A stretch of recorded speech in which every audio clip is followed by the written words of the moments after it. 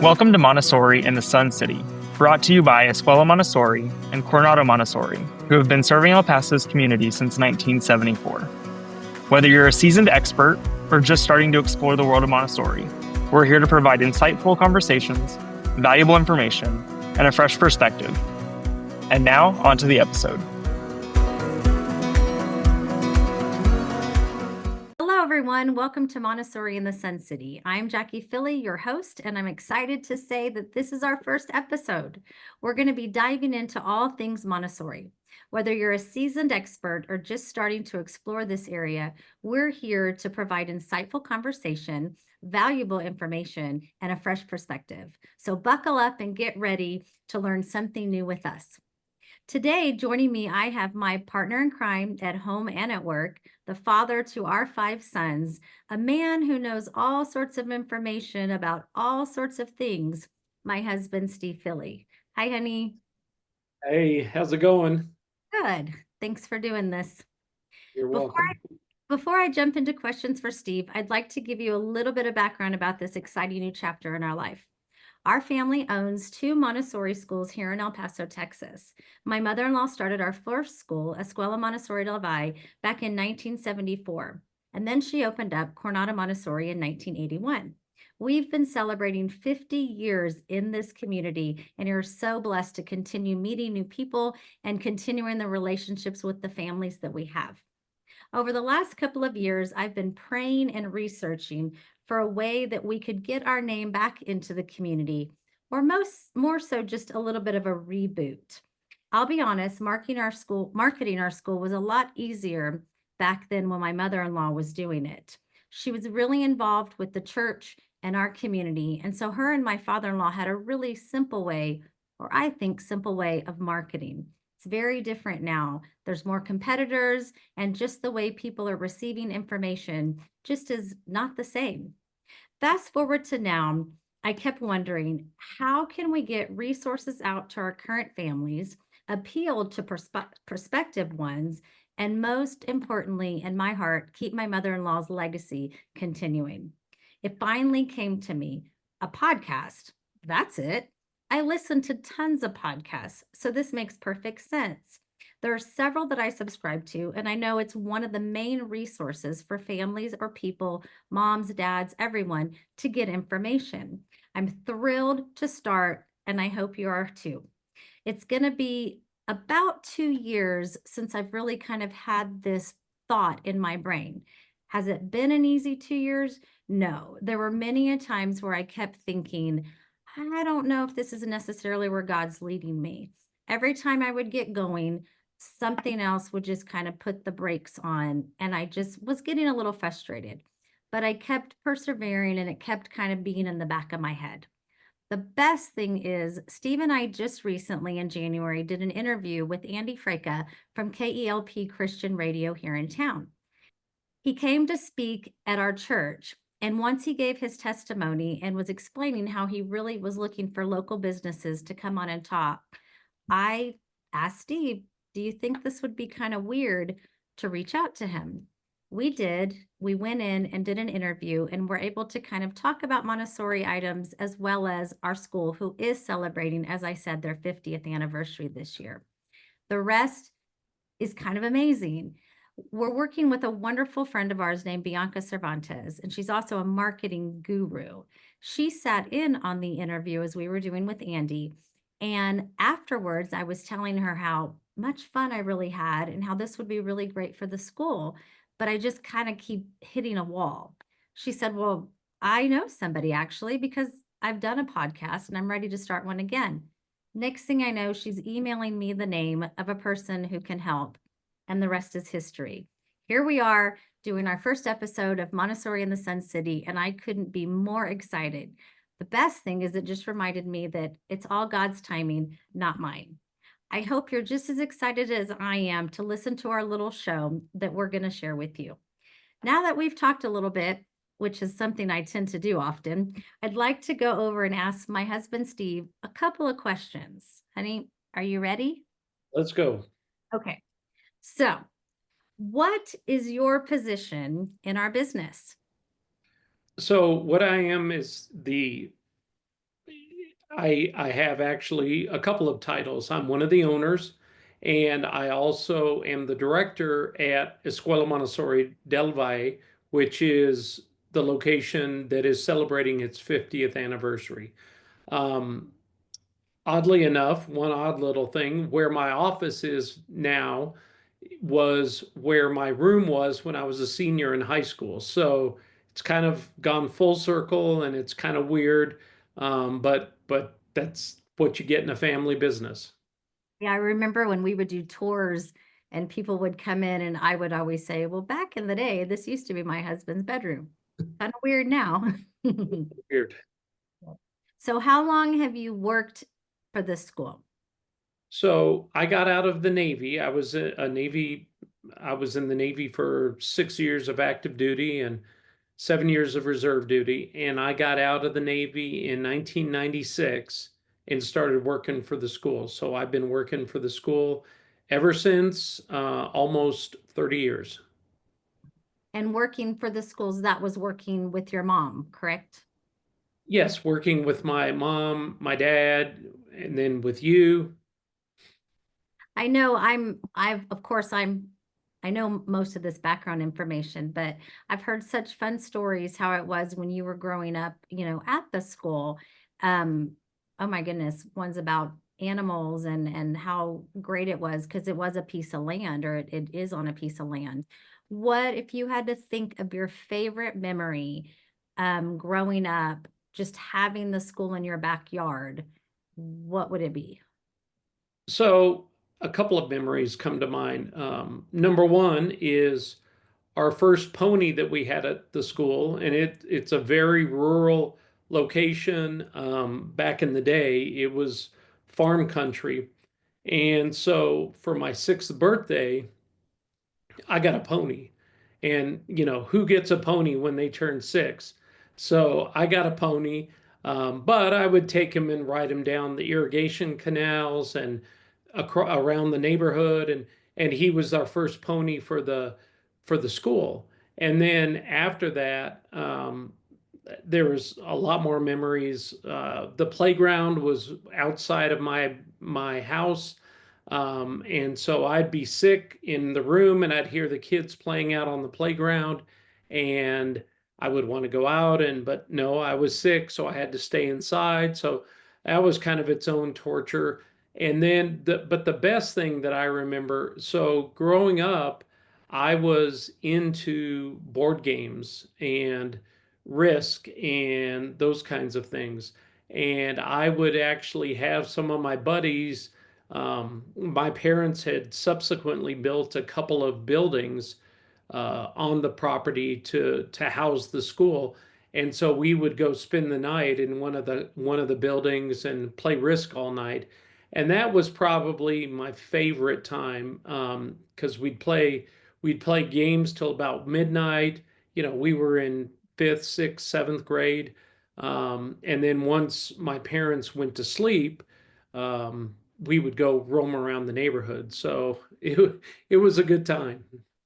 That's fun. I like those memories. For those of us that didn't grow up in El Paso, the valley where our school is, you would describe it as rural, right? It's different. I know when we first started dating and I came into El Paso, first of all, I didn't even know where El Paso was. And I'm a Texas girl, but it is very deceiving. When you look online, El Paso has a beauty of its own that I don't think you realize until you do come down into the valley area where our first location is set. It's beautiful. It has the used to be the old cotton fields. It has fruit trees. Right. It was fun to grow up, I'm sure. All those kinds of things. It was beautiful. Okay, so obviously we're married, and I, over the years, have come to you many of times with some pretty crazy ideas. And this was probably no exception. When I decided that, or when I came to you, I didn't decide. When I came to you and said, this is what I'm thinking, this is what I would like to do. What was your first reaction when I said, Steve, I really think I'm being led to do a podcast for the schools or about the schools or to go hand in hand with the schools? What was your response? Well, I thought it was definitely a little bit out there, to put it mildly, a little bit crazy, if you will. But I came to, whatever. I think one of the things you said in your introduction is the benefits of different sorts of media and alternative media. And I think podcasts are right at the cutting edge. I think that, I mean, I remember when I first started with this school, I remember getting ads for the phone book. I mean, who does that now? Who does phone books? Who knows what a phone book is even? I mean, I don't think our kids would. So I think that it was important to adapt and be able to, uh, deliver the information the way that people receive it now. And it's not all our parents. Some of our parents receive information online. Some of them receive it on YouTube. Some of them receive it on Facebook. Some of them, there's a whole variety. It depends. I mean, sometimes the grandparents find it in different ways. Their younger kids find it in other ways. And so I think if you have a business, I think it is vital to be able to walk all those directions and be able to provide information all those ways. Right. Right. I remember your mom and I having a discussion one time about just how we do things, how we not interpret Montessori, but how we've laid out the classes and what makes sense to us for doing this for 50 years, what she's learned over the 50 years that makes the most sense. And I remember one thing that she said to me that just always has stuck in my head is she truly believes that if Dr. Maria Montessori was still here during this time, it would have changed. The way she does things would have changed because first and foremost, she was a scientist. And so she would have studied how children are reacting or what's happening in the world with technology and all of that. And so I think that's a good point that it is good to change and adapt and to really think through, okay, what are we doing? What could we change? So Well, and I think the thing about Maria Montessori is that it's clear if you study her, and for those of you that don't know, she was the first female MD in Italy and was actually a psychiatrist by trade. And then she developed her philosophy, her educational philosophy. And I think the key about Maria Montessori is that she was an innovator. She was cutting edge. She was always asking, how can we do this better for the children? And I think that is something that's lost on a lot of other Montessori schools because they believe in just doing her philosophy that's 100 years old. And I agree. I agree with my mom too that if she were alive today, she would be doing it. I would like to think she would be doing it the way we do it, but she would definitely be doing it differently. right. So you kind of answered some of this in that question, but what that was going to be one of the things I asked that what do you hope comes from this podcast? What do you other than your wife being able to check off a box and say yay, but what would you want? What would you hope that this would provide? Well, a couple of things. I mean, obviously, reaching out to parents so parents can find us. Other ways to have parents find us. Different ways of having parents find us, and being able to link across all platforms. And that would be one thing. And then the other thing, like you talked about in your introduction, is to be able to educate parents and so that they know a little bit about our history and they know a little bit about us and that they know about my mom and how committed she's been to education. Because, I'll be honest, education was not my first thing that I wanted to do, and I know it wasn't yours. And so we've kind of had to find our own way with this business and with this philosophy, and to be able to, adapt to it and adapt it to our situations.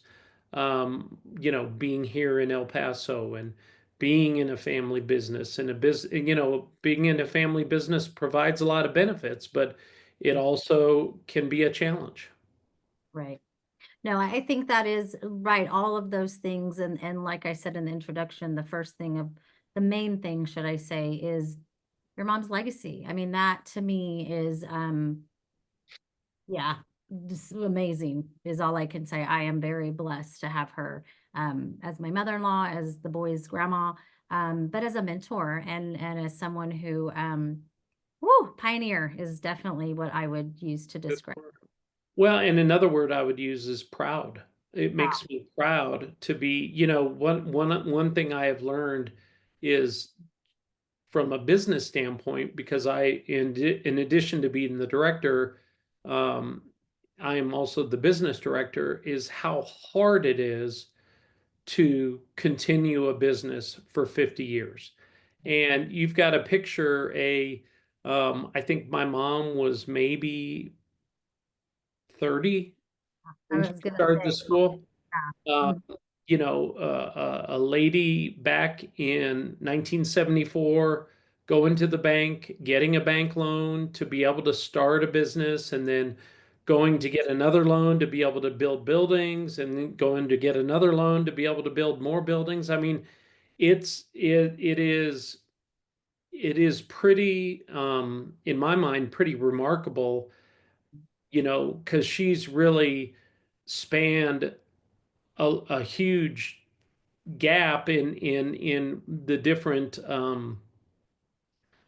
roles of women, Right, and working and raising your family and being at home. And so right. I think that definitely resonates to me also, is it just makes me proud. So I mean, I, I'm assuming this is the same answer to this next question as it is mine, but who would you want to be a guest on the podcast? Because of course I have tons of people, but I know one for sure, and I'm thinking it's the same one you're thinking of, but who would you want to have on here? Well, I definitely think that my mom would be who we want to have, to be able to talk, and to be able to, kind of pick her brain, and to be able to, get the story down, because it's quite a story. It's it's really, from being in her teens and young 20s, going to Arizona State, and graduating, and all that stuff. I think it's really interesting. I think it's going to be fascinating. What I think is so um just makes me proud. You said the word proud, but when because I base out of our Coronado campus. And I remember getting an email one time asking some questions and introducing this parent was introducing herself and said that, she was one of your mom's students and she was looking for a place for her little one. Um, and when I replied back and, said, well, she said, do I happen to know Mrs. Filley? And I said, well, I do actually. She's my mother-in-law. And that was such a moment of, like you said, just being proud of her. I mean, just being able to know that now we're into second and third generations. And it's all because of her. It's all because she had a dream and she didn't, and she just kept persevering. Yeah. But I don't want to explain too much of her story because that would be so much fun to get her on here and explain it. But anyways, I so appreciate you doing this with me and answering some questions, and I'm excited. I'm so excited for this new venture for the schools and to just do a little reboot for us. I just thank you, everyone that's listening to this first episode. I encourage you to come back and check out more, and I'd love to know what y'all think. Thanks so much. Take care and keep listening. Thank you for listening to Montessori in the Sun City. Don't forget to subscribe on Spotify, Apple Podcasts, or wherever you listen so that you don't miss an episode. To learn more, visit www.epmontessorischools.com.